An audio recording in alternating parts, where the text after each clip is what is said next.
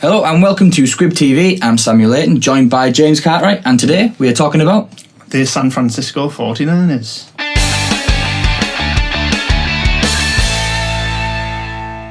So last season was certainly one to forget for the San Francisco 49ers. After a few years at the top of the game with Colin Kaepernick getting to a Super Bowl where they were really unfortunate not to win that game, they've really declined over the past few years. Troubles at the quarterback position, troubles in the defence, can't really seem to get a win. A couple of times this season I've seen them take 20-point leads, I think, and then squander them essentially. What did you make of the 49ers last year, James?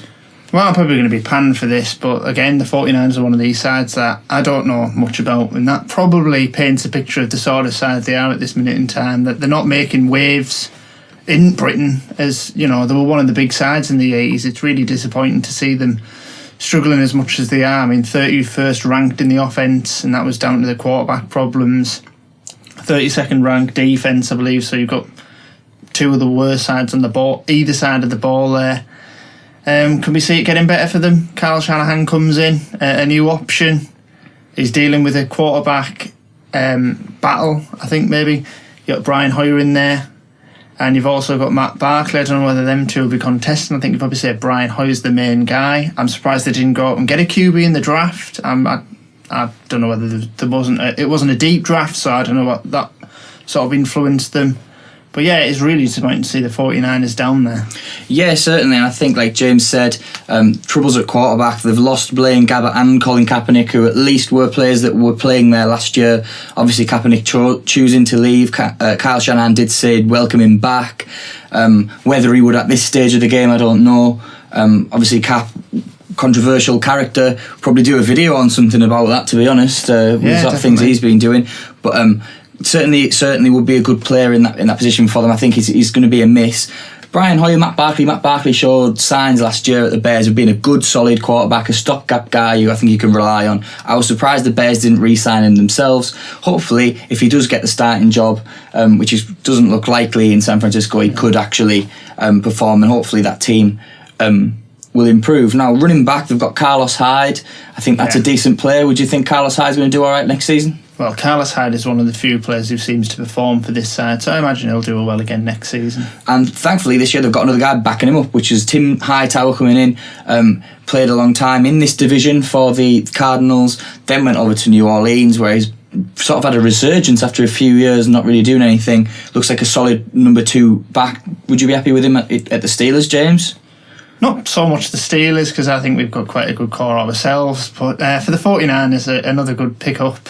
I think, is he a sort of guy who gets to third downers and he sort of punches the ball through? Yeah, and he's got a bit of speed, he's got a bit of strength, he can certainly make some moves. You've got your likes of Carlos Hyde to get them long runs, 1st and 10, and then you've got him to just punch it through. So they've got a varied option there from the running back position. Now, receiver standpoint, they lose out to on Torrey Smith, who I believe is one of the more solid receivers in the league. I think any team would be lucky to have Torrey Smith.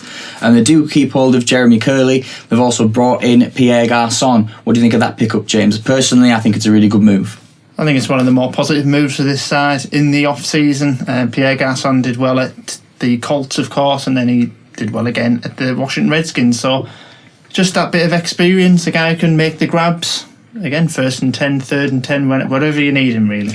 Yeah, and on the other side of the ball, they've actually been adding players in the linebacker position. So Solomon Thomas, is a defensive end. He is. Also bringing in Reuben Foster and Elvis Dumervil as well. So solidifying that sort of middle part of the defence. What do you think with the side that was either 31st or 32nd? I can't remember which one they were defensively, but probably one of the worst teams in the NFL defensively. Do you think those picks are going to help them improve?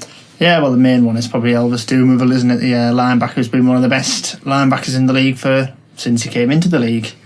So he has a chance to push on, get himself a name in San Francisco, live in a beautiful city, and we'll see how he gets on there. Yeah, I mean, they've also got players like Navarro Bowman, who obviously had a very good season last year.